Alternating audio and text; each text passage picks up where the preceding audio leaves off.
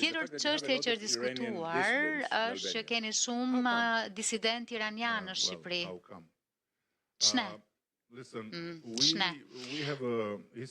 Shiko, ne kemi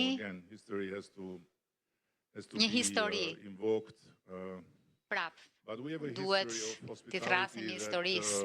Kemi një histori mikpritjeje që duam ta ruajmë e ta ushqejmë. Siç mund ta dini, Shqipëria është i vetmi vend në Europë dhe për këtë jemi unik, që i dha fund luftës së dytë botërore me më shumë hebrej sa që ishin përpara se të niste kjo luftë.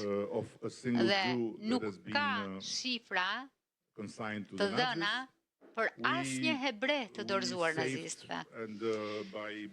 Ne kemi mbrojtur edhe 25.000 italianë, pjesë e ushtrisë pushtuese kur Italia kapitulloi, pra i mbrojtëm nga nazistët.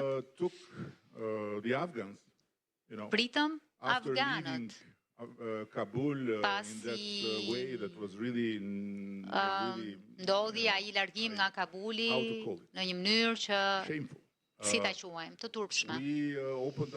Ne hapëm dyert për disa mijëra afgan që askush në Europë nuk i donte.